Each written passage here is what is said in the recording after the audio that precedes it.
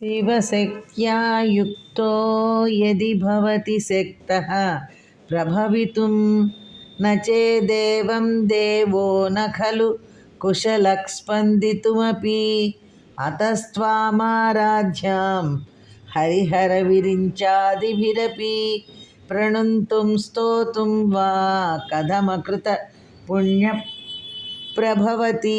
సౌందర్యలహరిలోని మొదటి శ్లోకం శివశక్త్యాయుక్తో అని మొదలవుతుంది. దీనికి అర్థం తెలుసుకుందాం. అమ్మా, ఓ భగవతి, సర్వమంగళ సహితుడైన శివుడు నీ సహాయం లేకుండా జగన్ నిర్మాణము చేయుటకు అసమర్థుడు. నీ కలయిక లేని ఎడల సృష్టికర్త అయిన శివుడు ఏ విధంగానూ కదలలేడు, కదలడానికి అసమర్థుడు.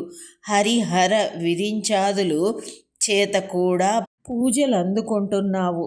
పూర్వజన్మలో ఎంతో పుణ్యం చేసుకుంటే కానీ, నిన్ను మ్రొక్కటానికి కానీ, పూజించటానికి కానీ ఏ వ్యక్తి సమర్థుడు కాడు. మరి సామాన్యుడు ఏ విధంగా ఆ అదృష్టానికి నోచుకుంటున్నాడు? ఈ శ్లోకంలో అమ్మవారి శక్తియుక్తులను శంకరాచార్యుల వారు పొగుడుతారు. సృష్టికారుడైన శివుడు కూడా ఆమె తన దగ్గర లేకపోతే ఒక అడుగు కూడా ముందుకు వేయలేడని చెబుతారు.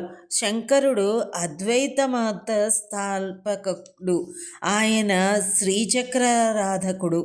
ఆయన గురువు గౌడపాదుల వారు శ్రీచక్రారాధకులు. శక్తి ఆరాధకుడిగా సమయాచార శాక్తేయాన్ని శంకరులు అద్వైతపరంగా గ్రహిస్తారు. శివ శక్తి ఒకటే. శివత్వంలో శక్తిత్వం ఇమిడి ఉన్నది. ఇది సచ్చిత్ ఆనంద తత్వము. ఇచ్ఛాశక్తి సమన్వితుడు కానీ శివుడు సృష్టికారుడు కాలేడు. శివ అంటే కాంతివంతమైన లేక మెరిసే స్వయం ప్రకాశుడు. ఈ విధంగా శివుడు శుద్ధ చైతన్యం తన ఇచ్ఛాశక్తితో సృష్టి కార్యం చేస్తుంది. ఈ విధంగా శివుడు ఇచ్ఛా జ్ఞాన క్రియాశక్తుల సహకారంతో సృష్టి కార్యం చేస్తాడు. అద్వైతపరంగా చూసినట్లయితే శివుడే జ్ఞాన ప్రకాశి. ఆయనే జ్ఞానం, ఆయనే నిత్య సత్యం. విశ్వం మాయా స్వరూపం. ఇంద్రియాలకు మాత్రం సత్యంగా గోచరించేది. అది విశ్వశక్తి పరిణామ క్రియ.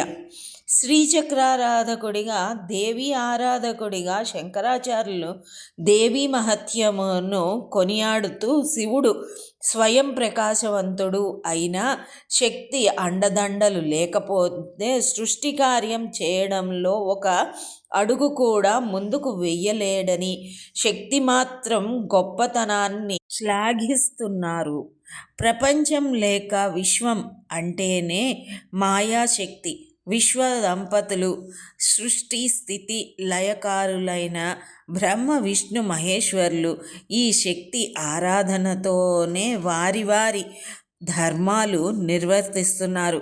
హరిహర విరించాది భిరపి అంటే బ్రహ్మ విష్ణు మహేశ్వరుల చేత సైతం ఆరాధ్యం అంటే పూజింపడానికి తగిన దానవు, అంత గొప్ప దానవు. నిన్ను పూజించాలంటే, స్తుతించాలంటే ఎన్నో జన్మల పుణ్యఫలం ఉంటేనే కానీ సాధ్యపడని ఆచార్యులు దేవి గొప్పదనాన్ని శ్లాఘిస్తున్నారు.